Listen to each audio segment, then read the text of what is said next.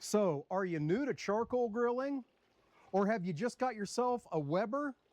If you want to be considered a grill master, then this is one of the things you need to know. Today we'll be tackling smoked cheeseburgers. No frills, no crazy sauces, no crazy toppings, just the basics. So join us as we make magic happen in the Weber.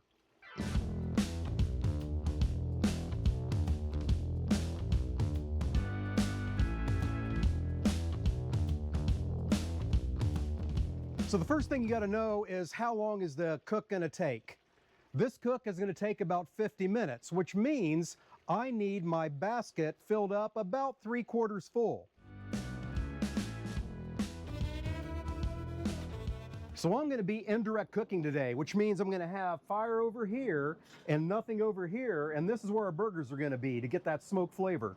So I'm using my charcoal basket and I have it filled about 3/4 full. That goes into the chimney. Time for the lighter fluid. Oh, nay, nay. All you need is a tumbleweed and a torch.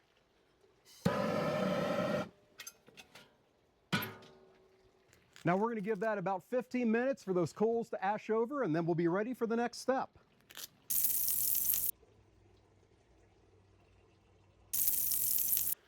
The charcoal's been in the chimney for 15 minutes. Let's get it back in the basket.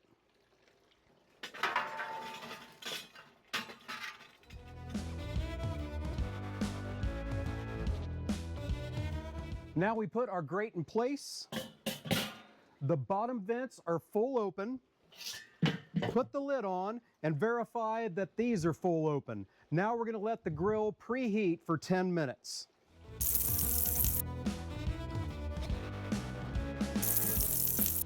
We are now 25 minutes into this evolution, and now it's time for the next step. We got two things to do.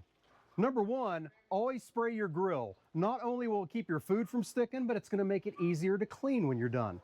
All I have here is some Wagyu beef tallow spray. Then to add to the incredible smoke flavor of the charcoal, I have a hunk here of Texas post oak, which is perfect for beef. I'm going to set that right above the fire. We're going to put the lid back down and go grab the burgers. Like I said, this is a no-frills cook. No crazy sauce, no crazy toppings, just a good burger. I got some pre-made burger patties here I got from the grocery store. We will set these down opposite of the fire.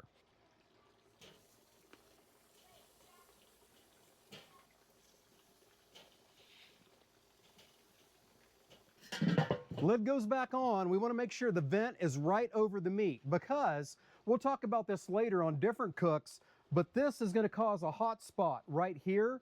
So if you have food all the way around, you want to rotate this. In this case, all of our food's right here. We can leave this here the whole time. So I got 45 minutes to kill. So I'm going to go have a glass of bourbon, and then we'll be back for the next step.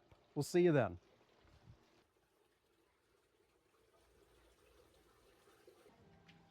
We are 45 minutes into the cook, and you can't have cheeseburgers if you don't have cheese. So now it's time to cheese them for the last 5 minutes.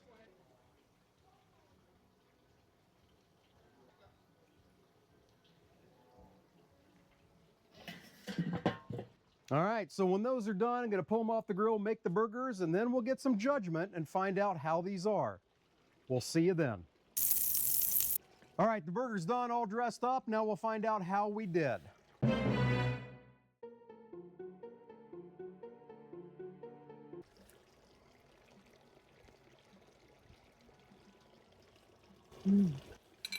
So the big question is going to be, is it smoky? Because it's a smoked burger.